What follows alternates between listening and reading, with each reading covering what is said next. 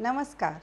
पिछले वीडियो में हमने बात किया था कि हमारे बच्चों पे इस कोविड सिचुएशन का क्या असर हो रहा है। अभी हम लोग बात करेंगे कि हम लोग उसको कैसे बेटर तरीके से हैंडल कर सकते हैं जिससे हमारे बच्चों पे इसका असर कम से कम हो। तो शुरुआत हमें खुद से करनी होगी। सबसे पहले पेरेंट्स को अपने ऊपर काम करना होगा। क्यों? क्योंकि अगर आप खुद परेशान हैं और अपनी परेशानी के साथ अपने बच्चे के पास जाएंगे उससे बात करने या उसे कुछ भी गाइड करने, तो आप अपनी परेशानी डायरेक्टली या इनडायरेक्टली उसको ट्रांसफ़र करने वाले हैं।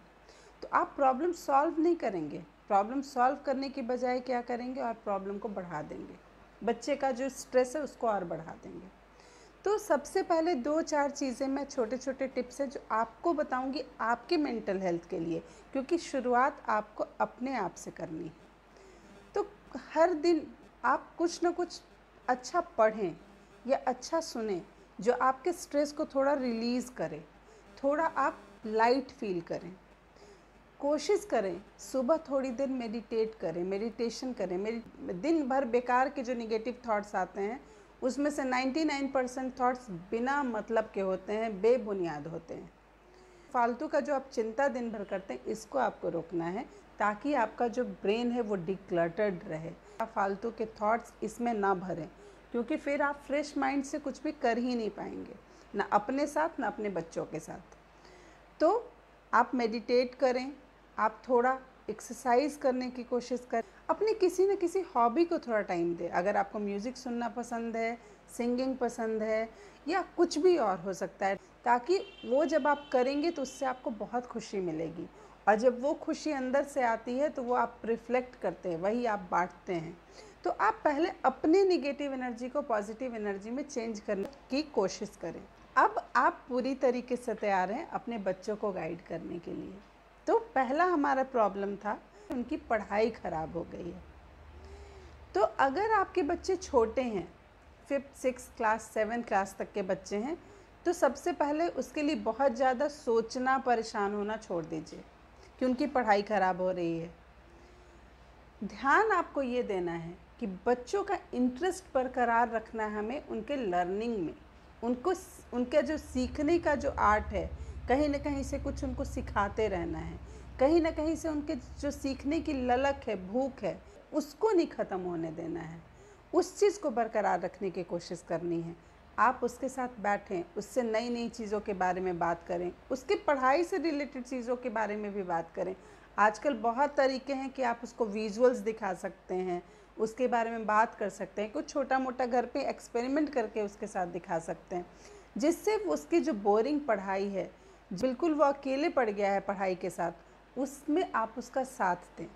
उससे टाइम टू टाइम छोटे छोटे टास्क दें, उससे पढ़ाई से रिलेटेड दे सकते हैं कि तुमको इतना कंप्लीट करना है। फिर एक उस टाइम पे आप उससे पूछें, वो आपको सही जवाब देता है आप उसको अप्रिशिएट करें। अगर गलत देता है तो डांटे बिल्कुल नहीं, आप उसके साथ मिलकर फिर उससे उस पर काम करें, उसको उससे लर्न करने में मदद करें, फिर आप उसको फॉलो करें। तो अगर आप उसको फॉलो करेंगे, उसको अप्रिशिएट करेंगे, उसको उसकी जो मुश्किल हो रही है जिस चीज़ को लर्न करने में, अगर आप उसको हेल्प करेंगे तो वो बच्चा फिर से ट्रैक पे आने लगेगा, उसको उस पढ़ाई में मन लगने लगेगा। क्योंकि बच्चे हमेशा अपने छोटे बच्चे खास करके अपने पेरेंट्स की प्रॉक्सिमिटी चाहते हैं। वो चाहते हैं उनके मम्मी या पापा उनके पास बैठें। तो उसके पास ये एक बहाना होता है कि पढ़ाई के लिए मम्मा या पापा बैठेंगे मेरे पास, और उसको आप पॉजिटिव वाइब्रेशन दे रहे हैं तो उसे एक अच्छा फीलिंग आता है, तो वो मन लगाने लगेगा पढ़ने में। अगर आपका बच्चा थोड़ा बड़ा है, बड़े बच्चे हैं, कोई टेक्निकल या प्रोफेशनल कोर्स कर रहे हैं, जिनका कॉलेज बंद है, वो घर पे हैं, उनको पढ़ने के लिए कहने की ज़रूरत नहीं है, क्योंकि वो बड़े बच्चे हैं, उनको पता है कि उनको क्या करना है क्या नहीं करना है। वो उनको आपको ये नहीं बोलना है पढ़ नहीं रहे हो, ये अगर बोलेंगे तो बहुत ज़्यादा वो रिएक्ट करेंगे, उन्हें अच्छा फील नहीं होगा, क्योंकि हर चीज़ की एक उम्र होती है, वो काफ़ी बड़े हो चुके हैं। लेकिन हाँ, कहीं ना कहीं वो भी थोड़ा अपने एम से तो भटक रहे हैं, क्योंकि कॉलेज में वो सीखते थे, लर्न करते थे, लेकिन अभी क्या हो गया, उनके पास सिर्फ एग्ज़ाम पास होना रह गया है, वो भी ऑनलाइन। तो सभी को पता है कि इसकी असलियत क्या है। तो अगर आप अपने बच्चे के साथ बैठते हैं कभी, तो डिस्कशन करें, डायरेक्टली इनडायरेक्टली उन्हें ये बात समझाने की कोशिश करें कि अभी पास होना ज़रूरी है, डिग्री लेना ज़रूरी है, लेकिन आगे आपको अपने करियर में, चाहे वो कोई भी फील्ड हो, अपने करियर में बहुत बेटर करने के लिए आपका कितना नॉलेज है ये बहुत इम्पॉर्टेंट होता है। तो अभी का जो टाइम है वो उन बच्चों के लिए बहुत बड़ा अपॉर्चुनिटी है, क्योंकि जब कॉलेज जाते थे वो बहुत ज़्यादा क्लासेस करते थे तो उनके पास अपने लिए टाइम बहुत कम होता था, सेल्फ स्टडी के लिए टाइम बहुत कम होता था। लेकिन अभी उनके पास एक बहुत बड़ा अपॉर्चुनिटी है कि वो अपने नॉलेज को इन्हांस कर सकते हैं। जिस स्किल में या जिस प्रोफेशन में वो जाने वाले हैं, जिस टेक्निकल कोर्स को वो कर रहे हैं, उसके एडवांस चीज़ों को वो समझ सकते हैं, पढ़ सकते हैं। आजकल पढ़ने और समझने के लिए कॉलेज जाना ज़रूरी नहीं है, क्योंकि आपको पता है कि सारा कुछ ऑनलाइन अवेलेबल है। वो अपनी चॉइस से, अपने हिसाब से टाइम फिक्स करके उन चीज़ों को सीख सकते हैं। तो वहाँ पे ये ज़रूरी है कि अपने बच्चों के साथ बैठें और उसके बारे में थोड़ा उनसे बात करें कि उनके लिए उनका नॉलेज कितना इम्पॉर्टेंट है। वो खुद ब खुद समझ जाएंगे, वो खुद पढ़ेंगे, लेकिन भूल कर भी बड़े बच्चों को ये बिल्कुल ना टोके कि तुम पढ़ाई नहीं कर रहे हो, हम देख रहे हैं तुम फालतू टाइम बर्बाद कर रहे हो। इस तरह की बातें बच्चों से बिल्कुल भी ना करें। तीसरा, अगर आपका बच्चा किसी कॉम्पिटिटिव एग्ज़ाम की तैयारी कर रहा है, वो किसी कंपटीशन की तैयारी कर रहा है, उस एग्ज़ाम एडमिशन लेना है, वो अभी उसके एग्ज़ाम्स बिल्कुल अनसर्टेन है, उसे पता ही नहीं कब एग्ज़ाम्स होंगे। तो जो बच्चे पढ़ रहे थे वो भी क्या हो गया है कि थोड़ा स्लो हो गए हैं। तो उन्हें आराम से बैठकर समझाइए कि एक जो कंटिन्यूटी जो होती है पढ़ाई में वो कितना इम्पॉर्टेंट है। उनसे बात करिए, बीच बीच में उनसे कुछ कुछ पूछिए, जिससे उन्हें समझ में आए कि वो कहाँ सही जा रहे हैं, कहाँ उनको प्रॉब्लम हो रही है। आजकल ऑनलाइन बहुत सारे ऐसे कोर्सेज अवेलेबल हैं जिस पे टेस्ट सीरीज़ होते हैं।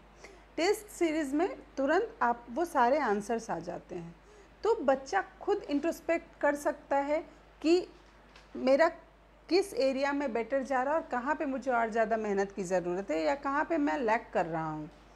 तो उससे, और लेकिन इसमें यहाँ ये चीज़ बहुत मैटर करता है कि पेरेंट्स अभी भी नज़र रखें, पेरेंट्स देखें कि बच्चा कैसा स्कोर कर रहा है।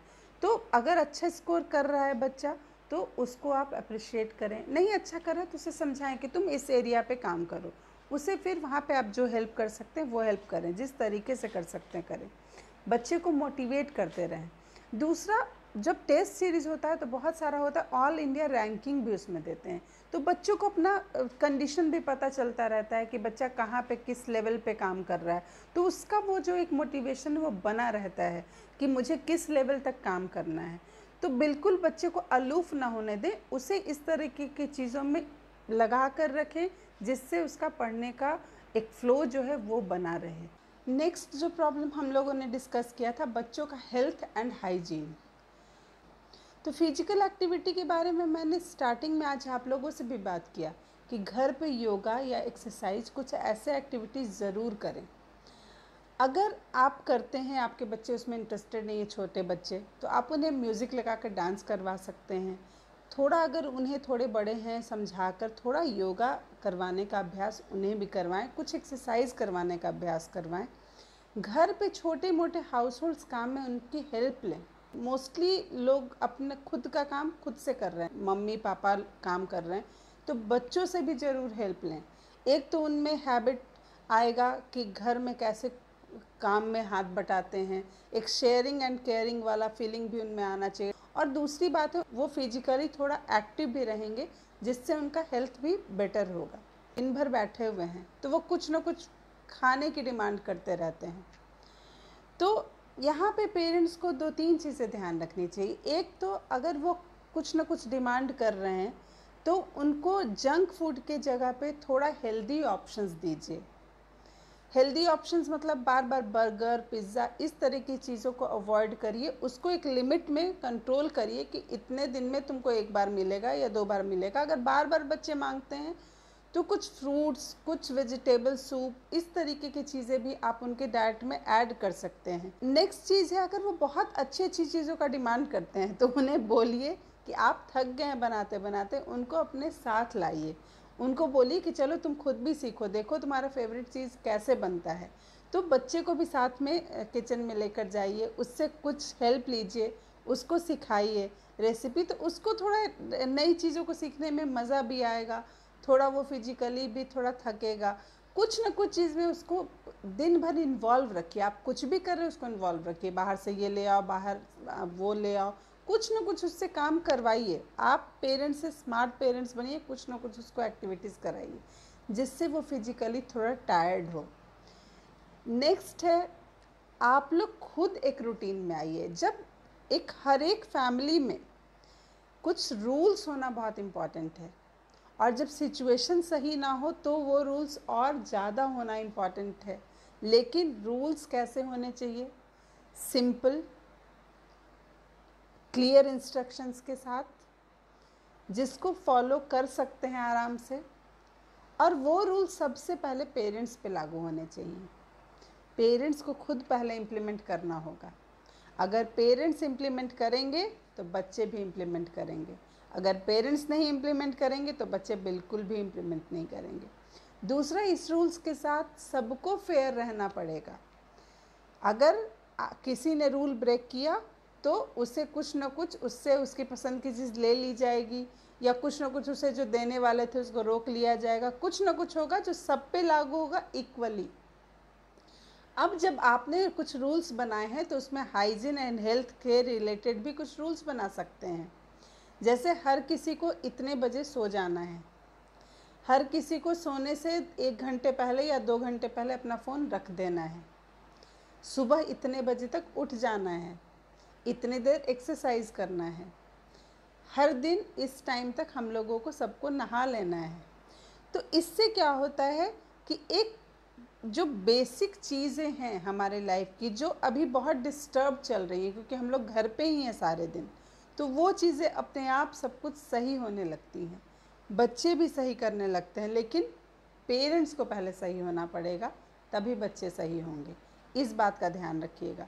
ये नहीं कि कोई एक पेरेंट तो हमेशा कर रहा है, दूसरा नहीं कर रहा है, तो बच्चे कभी भी नहीं सही होंगे, क्योंकि उसके पास दूसरा एग्जाम्पल भी सामने दिख रहा है। तो रूल्स सबके लिए होने चाहिए। घर पे अगर आप हैं तो घर पे भी ढंग से तैयार होने की हैबिट डालिए। तो घर पे ही बच्चों में वो उत्साह जगाएं जो ज़िंदगी में ज़रूरत होती है एक हैप्पीनेस लाने के लिए। लास्ट वीडियो में मैंने जिक्र किया था कि बच्चे ठीक से ड्रेसअप भी नहीं हो रहे। तो हम लोग क्या करेंगे, यहाँ पे कर सकते हैं ऐसा, बच्चों को इनकरेज करें कि वो लोग कम से कम वीक में 1 दिन या 2 दिन अपने फ्रेंड्स के साथ या फैमिली मेम्बर्स के साथ आप लोग ज़ूम डेट कर सकते हैं, जिसमें सारे फैमिली मेम्बर्स एक साथ आएंगे। कभी उनके फ्रेंड्स आ सकते हैं ज़ूम पे या जैसे भी वीडियो कॉल करके, और उसमें आप उसको इनकरेज करें कि उस दिन अच्छे से, जैसे लोगों से मिलते हैं वैसे तैयार होकर हम लोगों को मिलना है। तो एक क्या होगा कि फिर से वो उत्साह वापस आएगा, क्योंकि हम लोग कहीं जाने वाले होते थे, किसी से मिलने वाले होते तो पहले से तैयारी करते थे, ये पहनना है, ये करना है, ऐसे जाना है।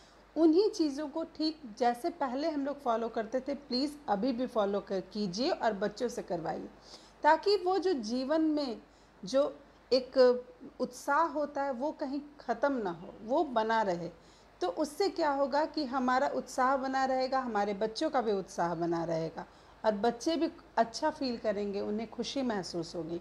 और जब तैयार होते हैं तो 2-4 फ़ोटो निकालिए, उन्हें भी अच्छा लगेगा देखकर, आपको भी अच्छा लगेगा देखकर।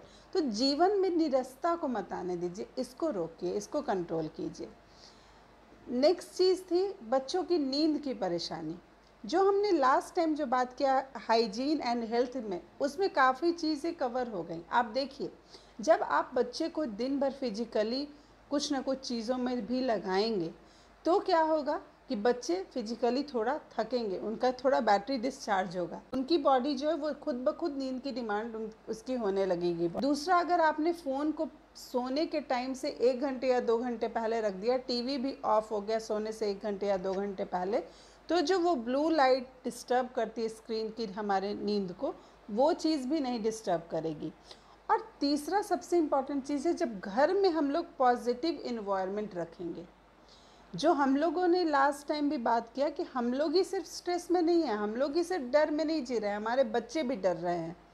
तो एक तो उन्हें खुलकर बात करने दीजिए कि अगर उनके मन में कोई डर है तो वो आपसे आकर उसके बारे में डिस्कशन करें, आप उसे ध्यान से सुनिए और उन्हें समझाइए कि ये चीज़ें लाइफ का हिस्सा है। अगर छोटे बच्चे हैं तो उन्हें इससे जितना ज़्यादा हो सकता है नेगेटिव न्यूज़ से दूर रखिए। अगर वो सुन भी लेते हैं, बहुत छोटे बच्चे सुन भी लेते हैं, तो बात बदल दीजिए, कुछ पॉजिटिव बातें करने लगिए। लेकिन अगर आपका बच्चा थोड़ा बड़ा है या बहुत बड़े हैं, जो सब कुछ समझ सकते हैं, देख सकते हैं, उनसे बातें कीजिए कि ऐसा नहीं कि आज कोरोना आ गया तभी मौत है। लाइफ एंड डेथ दोनों हमारे ज़िंदगी का अटूट हिस्सा है। जिस दिन किसी बच्चे का जन्म होता है उसी दिन उसकी मृत्यु तय हो जाती है। इसलिए ये एक ऐसा विषय है जिस पे हमें सोचने की कोई ज़रूरत नहीं है। हमें अपने जीवन को हर दिन हर पल जीना है, और उसे हम कितना बेहतर बना सकते हैं, कितने अच्छे तरीके से जी सकते हैं, ये हमारे वश में है। बाकी कुछ भी हमारे वश में नहीं है। बच्चा कहेगा कि अभी इतना ऐसे पैंडमिक हो गया, इतने लोग मर रहे हैं, तो अगर काफ़ी बड़ा बच्चा है, बहुत होशियार बच्चा है, तो आप उसे कुछ स्टैटिस्टिक्स बता सकते हैं, उसे कन्विंस कर सकते हैं कि ऐसा नहीं कि आज ये पहली बार हुआ। हम लोग ऐसे ही ज़िंदगी में जीते रहते हैं। छोटा सा एग्जाम्पल दे रही हूँ, बाकी आप लोग अपने समझ से उस जितना खुलकर उसे डिस्कशन करेंगे, लेकिन डराने के लिए नहीं, इंट्रोस्पेक्शन के लिए। अभी देखिए कि हम लोग के पूरे इंडिया में डेथ रेट जो है कोरोना वायरस से 1% है। लगभग 2.72 करोड़ लोग इन्फेक्टेड हुए पूरे कोरोना वायरस से इंडिया में, और लगभग 3 लाख के आसपास ही डेथ हुई हैं। तो जो डेथ रेशियो काफ़ी कम है, 1% है। इससे ज़्यादा डेथ रेशियो तो कैंसर में होता था। 2020 का आंकड़ा है कि 1.8 मिलियन पीपल जो थे वो किसी न किसी तरीके के कैंसर उनको हुए, और लगभग 6 लाख लोग जो थे वो इससे उनकी डेथ हो गई। तो ये हमारी लाइफ का हिस्सा है, इसे हम बिल्कुल भी नकार नहीं सकते हैं। लेकिन हमें अपनी ज़िंदगी को कैसे बेहतर बनाना है, उस पर विचार करना होगा।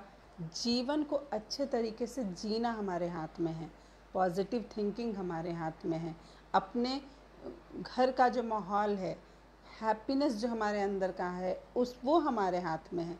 बाहर की कोई भी सिचुएशन हमारे हाथ में नहीं, हमारे वश में नहीं।